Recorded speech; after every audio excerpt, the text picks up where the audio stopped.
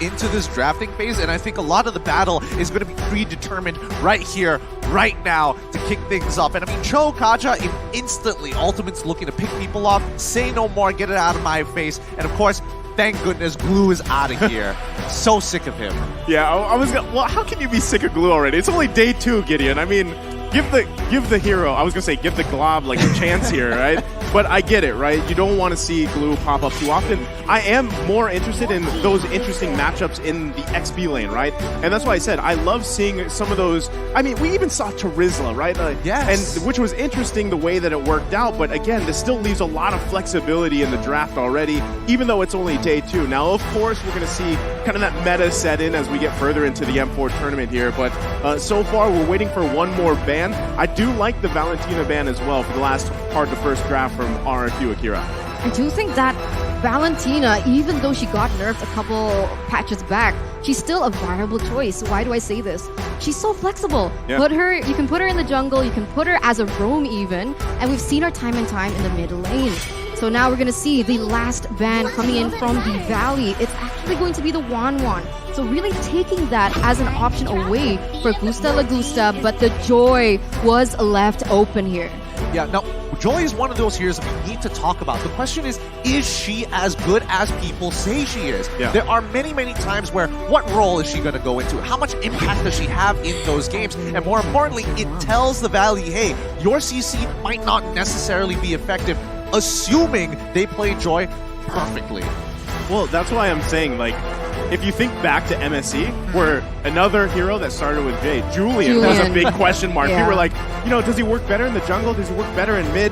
But this time, Joy adds a little bit of flavor to that because you can also play her in the side lane, the XP lane, which we've seen done before too. But yeah, the question is, where does she work best? So we'll see where she ends up going here for RRQ Akira. Meanwhile, on the other side, the Valley, with their 2 picks locked in, it's going to be the Faramis and the carry. Yeah, it feels like right now, the Valley, and especially for Basic, he's super comfortable playing this carry, knowing that she can scale to ascend through the heavens if she has to with the golden staff. But that does mean that the laners have to be strong, especially when we're looking at Gusta Lagusta. If he's going to pick up something like Beatrix, he needs to win the lane. But even more so, something even safer is going to come down to the Claude. Louise is going to be locking it. Oh, sorry, not even RRQ Akira is going to be locking in onto that Lolita to ensure team fights can be disengaged. And finally, the Frederick. Okay, very, very quick picks coming through here. Now the Valley already taking that Fredrin for that side lane. Quite strong, one of the main meta EXP heroes at the moment because of how sustainable he is. And we're going now into the second phase where Yves is banned out. And I gotta say, like right now in this current patch, in this current meta, I think Yves is so strong. Yeah, I mean, even with a little bit of minor changes she's had, you know, where you only have pretty much a couple options to really stop that real world manipulation. It has to be a suppress. Yeah. Yes. So that's a big, pretty much taking out of that picture is going to be good. But I still want to talk about flexibility, right? Because still, you don't know where the Joy's going exactly. And secondly, with this Fredrin, could possibly end up going in a side lane as well, like you mentioned, or even jungle. We've seen him flex there. Yeah, he has been flexed in many different places, and we're finally seeing a Leomord ban after quite some time here. I don't know. I feel like Leomord is one of those heroes where it's like you can almost guarantee a win towards the later stages of the game if your comp builds around you. However, that build-up is so very painful and such a slow roll, and I feel like teams, they want to snowball as soon and as fast as possible. And I think that's what makes Leomord fragile, because I've seen a lot of teams pick this up, but because they were unable to attain that early game snowball, it was kind of difficult for the Leomord to do anything in that jungle. But we're going to see the Farsa being banned out. So what does that leave Sagan, right? I guess the Xavier is something that we saw earlier, but what do you think here? I think the Lilia could be good as well. All right, it really depends on what they're trying to achieve. The fact that the Valley is banning out both Even as well as Farsa does give the idea that they want a team fight, and more obviously so, the Farmist. So when we're looking at, okay, do we split push, or are we looking for the full-on team fight? There are 2 options. Xavier for team fights looking really good for the later stages of the game, and the fact that they banned out Grok tells me they don't want them to disengage. So it's going to be a bloody battle here. But remember, because the Lolita was picked up by RRQ Akira, that actually might give them an advantage going against someone like the Faramis, who naturally you want to clump up around for that ultimate to hit. So that's something that honestly the Valley needs to think about. But first pick here for the Valley, they haven't secured a hero. Oh, but we don't know yet because Fredrin's really flexed. But has Mobazane used the Fredrin in that jungle? I wouldn't discount him the fact that he's probably played it at some point through the scrims here, right? Yeah. But with the Matilda coming up here, now you've got that roam choice available to you. So I still like this. There's a lot of mobility here for the Valley, right? You have the Faramis, you have Matilda, you can get into the action, you can escape it, right, with the guiding wind here. But still, the fact that you have for RRQ Akira, you also have that Claude and Lolita combination, but the Claude answers a lot of that Cold Altar pressure too, if placed properly, right? You still have to kind of dodge a lot here being thrown at you from the Valley. So really interested to see what the last two picks are going to be to round out this draft for RRQ Akira. Yeah, I think RRQ Akira need to foresee that there is a good possibility that Kai is going to get picked up by Mobazane to actually help out. They're going to be playing around basic for the most part of it because carry junglers don't necessarily work with the composition that Akira has right now. Benedetta and as well as Xavier. I love Benedetta so much. I'm so glad she's picked twice with 100% win rate. However, it might be a little bit tough, especially with the Matilda, to help you get out of those tough spots. Last pick here for the Valley. It's either someone for that jungle or someone for that EXP, but at this point, I think they have enough sustain. I think they have enough mobility. I would really love Mobazane to pick up an assassin here, going against the Benedetta. We'll see. Oh, it's actually going to be the Lapu. So there it is. Fredrin in the jungle. That's the flex, right? I mean, this is why...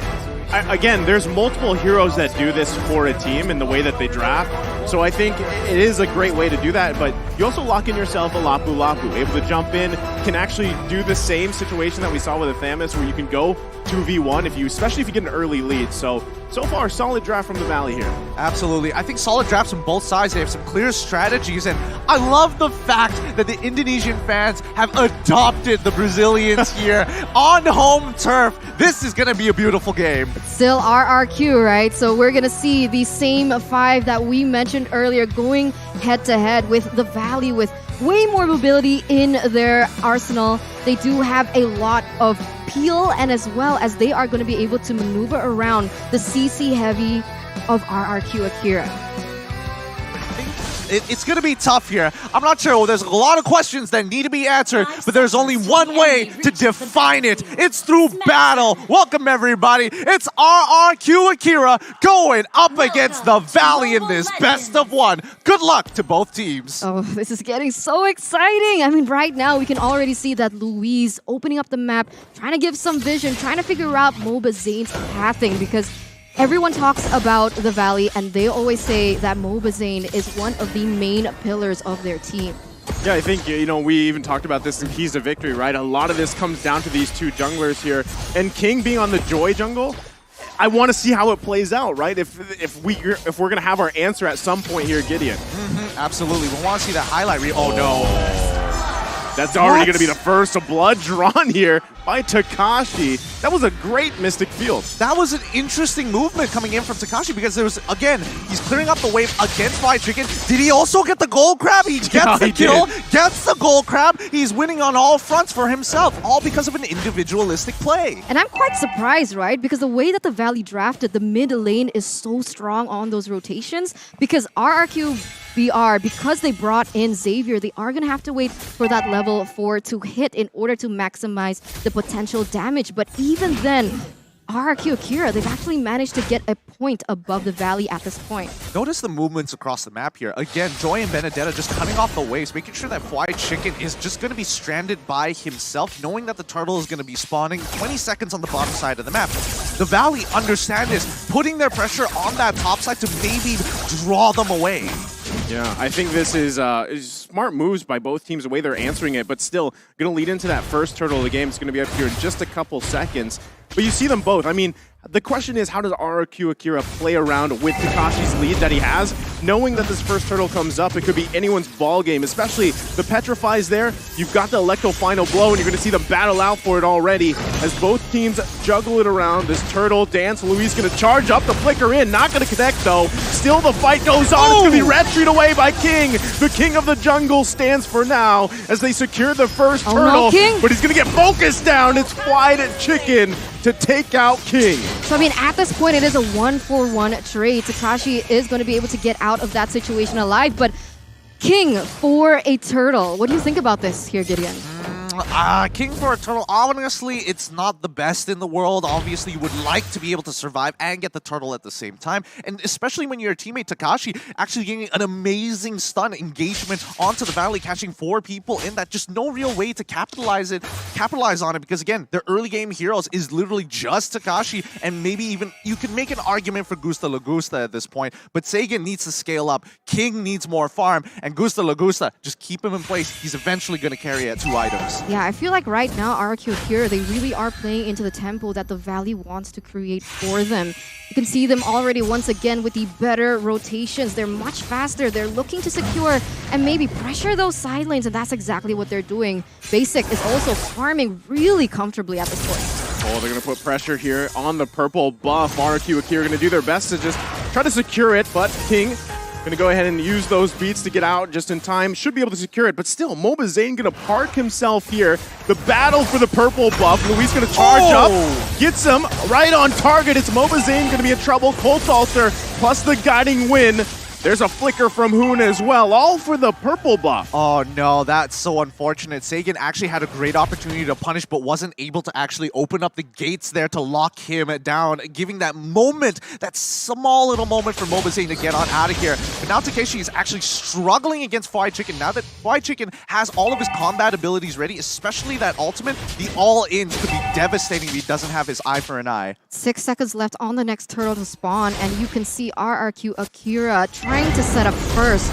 We do see that Super Shark already on the way, already opening up vision. They don't want to give that early game lead that they've already attained for themselves over to the Brazilian representatives, but here we go. They're going to start it up, looking for it. Like the final blow did come out. Who's going to secure it? It's King, but MobaZane going in as well with the guiding wind and circling eagle combination. King falls again for the turtle. Ooh. It's another trade though. Everybody low on the Valley Shark. as one after another fall. Luis to get the double. Hoon and Fried Chicken the backside. Not going to be enough though, as another member's going to fall here. Fried Chicken only to stand. Man, 3-for-2 trade here, Gideon. What the heck? Yeah, beautifully played by RRQ. I mean, everything you could have imagined worked out for RRQ. The Valley were looking for an engagement. Did they have to go for it? I think they could have just backed away. The turtle was already gone. But we'll pull up the replay just in case you guys missed the action, and we'll break it down from there. Because number one, the position that we see from the Valley wasn't as good compared to RRQ. And more importantly, once the abilities start running on through, Takashi has already found his kill. Luis and as well as Sagan still alive, being able to overwhelm and out-damage, isolating the right targets once MobaZane fell. I mean, Luis is on point so far with these Nuno blasts, really finding the right targets, especially around, I mean, objectively, right? The Valley's going to want to contest those, but they've got to keep a constant eye on Luis, and Takashi being 3-0-1 on this Benedetta 2 is going to cause havoc as the game goes on. Look how confident he is. He's cutting that deep into the wave, right? I mean, it is pretty much happening on both sides, but still, the upper hand is for Takashi. That's the beauty of the Benedetta, I guess, and we're going to take a little sneak into the emblems, but before we get into that, here's Super Shark getting a little chunked in terms of that health, but I think maybe King wants to go for something here. I think they're still going to put pressure here. Under the turret they go. Ooh. Everybody joining the fight on the top side. Electro Final Blow, the Petrify. Takashi able to get the double. Can't get Hoon. MobaZane a little bit too late to the party. Gets the taunt off, though, with Hoon picking up the kill. But look at the backside. It's Fried Chicken. Finds one for himself. But ultimately now Takashi going to be caught in a position of 1 versus 3. Does he still commit to it? He bobs, he weaves. MobaZane still sticking to him. Takashi should be able to survive. Oh, a 2-for-2 trade overall. A really good setup dive for the side of RRQ. And I think I think RRQ Akira had a really good idea. They should have cut their losses as soon as King was out of position. Back away. You don't need to give anything else, but the Valley's taking one step forward, getting and buying time for Fried Chicken to jump right into the middle of that fight to even out the score. And now we're going to see once again the setup for the next turtle. But I saw that Gusta Lagusa already had the golden staff as well as basic now. But remember, that is going to be the key item for Gusta Lagusa as once again, they're going in for an engage. They pull the trigger on Saigon. They push him back here. Oh. They get the turret though. Dawning Light's going to come out. Turtle still work on. Gusta Lagusa though, able to grab a kill for himself. But they do trade the turtle. Nothing too much after that. Fried Chicken is playing so boldly, running right into the middle of that, knowing that the Golden Staff is already completed, taking a good chunk of damage from the Blazing Duet, and yet he still almost picked off a free kill for himself. 1,300 gold in their hands of RRQ Akira right now. I mean, at this point, I want to know, has the Valley been playing into Akira's tempo right now? But oh, wait a minute. Gusta Lagusa needs to be careful here. Yeah, there's three. Actually, Luis here to help him out, so this might just be a disengage. Luis, though, just there to help Gusta Lagusa out. It's going to be a poke battle back and forth. The rest of the team still in the vicinity, but nothing going to come in out of that just yet. As you were saying, Eterna. Yeah, I just want to know what's happening here. How did RRQ actually pick up the lead? I mean, earlier on, the Valley seemed to have the tempo. They seemed to be confident with what they were doing. Are they playing a little too aggressively into RRQ Brazil? Well, I think it comes down to the draft, right? When we're looking at Benedetta specifically, her relevance and her power, her strength in the earlier stages of game 3, level 4 is already pretty good. Unfortunately for Fried Chicken, that's not the same for Lapu Lapu. He only feels relevant as soon as he hits level 4 and starts participating in these fights with the bravest warrior. So the fact that Takashi has already enabled RRQ Akira to get this lead is already great because that was the toughest part. Now they just need Gusta Lagusa and Seigen to scale up and eventually outscale the Valley. Basic on this carry, yes, he can hyper farm and scale as high as he can, but if he can't get in range, it's still a tough game. Yeah, I think that's the downside of a carry, right? The range. The range is a big factor here. So you've really got to be careful on how your positioning is, right? Now, the Valley at this point, almost 10 minutes in, they don't have a turret just yet. So they got to be careful on especially losing map control. They already got the Cult Altar out. So that's massive before the next Lord comes. Actually, it's already spawned.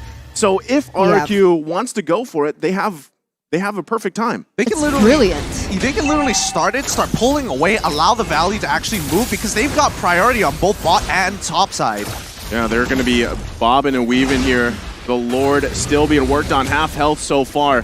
Mobazane, though, he is going to be just taking the front of this damage. They're going to go on for Super Shark. Sniped down with the Dawning Light. Gusta Lagusa going in. What a petrify from Takashi. Able to find a basic, the perfect target needed. He's going to get cut off, but Luis with a kill for himself. 3 down for the Valley. And they're still going. What a Mystic Field with King for the cleanup. And now it's a Mobazane left alive. And that's going to be the wipe out for the Valley. What a massive play for RRQ Akira. That was insane. The way that they played that team fight was so beautiful, so textbook. And that's going to give RRQ Akira a massive lead. And not to mention this free Lord. I get it now. I get it why you were saying it was like a mini Blacklist International. A lot of their macro play is centralized around one objective, one thing at a time, but covering all of your bases, making it very difficult for the Valley to keep up, even if they're just slightly behind in tempo, which is rather frustrating because RRQ at this stage of the game are breaking apart the Valley just by looking for these strong engages, and especially keeping your eyes on Seigen. His Mystic Fields have been on point. From start to here. I mean, that's what got them the first blood, right? And this all snowballed Takashi, but they're still going to be focusing here on the bottom side. Fried Chicken and Mobazane to be the front. They've got the Lord to handle the mid lane eventually, but they might get sandwiched in here for that tier 2. Look at the backside. Takashi goes in, forces them back. And just like that, they're going to lose more space on the map. The front to back, the peel, the damage coming in from that backline from Seigen. You can feel it, and it makes sense looking at the items that he already obtained earlier. But once again, onto the mid lane. Here comes the assault. Lord's got to be handled here. They should be able to clear it up as they hold on to both inhibitor turrets. But still, do they press the issue here? Another Mystic Field. the Dawning Lights have all been on point like you mentioned. They're just slowly cutting them down, and especially when you have Lord and Power minions, you want to take as much advantage as possible. This is only the very first Lord, so if they get an inhibitor, it's already a big win, and there we go! It's cracked wide open. They're going to crack it open here. Luis goes in, another Dawning Light. For now, though, it's only that mid-turret. You can still see the rest of the Valley. We're going to clear these lanes here. They don't want to lose any more. They're trying to hold on with their dear lives 12 minutes into the game. They need a way to get to the back line of RRQ Akira. I mean, the damage output coming in from Sagan with the Clock of Destiny and the Lightning Truncheon alone is already dealing that much damage here, Gideon. It's tough. It's really tough because if we're thinking about who's going to be playing in the backline to anchor and hunker down for the team, it's definitely going to be Sagan. Oh, no. Oh, all for the purple buff again. They're going to force Zane back. Okay. No one there to help him out. All right. The Valley make a very intelligent decision. Just back away. There's no need to fight right now. 50 seconds away from the Lord, 12 minutes into the game. Your biggest objective is going to be that Lord. But yes, as I was saying, Sagan is going to be the anchor of that backline. You would expect someone like Gusta Lagusta to go in and out of fights. Luis wants to stay in the middle, but then you have Takashi and King. They're allowed to go crazy. And I think that's what's really difficult to get on top of them because you have to go through multiple layers. And even if you gap close, there's a good amount of CC to keep you in place. So what do they do? I mean, at this point, I was like thinking about it, taking a little pause there. How is the Valley gonna enter that backline? Because in theory, with the draft that they had, they do have Super Shark, Big Brother Shark on the Matilda here to dive into the backline with her ultimate, obviously, and bring someone with her as well. Well, the easiest way that they could possibly do this is to get fried chicken specifically on Sagan. But wait, a fight's about to break out here. They force Mobazane back, right? But he's going to be able to heal back up here. Still the battle for this Lord. It looks like everybody from each team is going to make their way here for this fight. Meanwhile, Takashi still trying to clear that wave a little bit. Put pressure here. Dawning Light going to be committed. Now Takashi goes in with a Petrify, able to find Hoon, gets the Cult Altar out. Lord whittled down, secured by Gusta Lagusta. And RRQ Akira looking still for a moment if they can. A guiding wind to come out.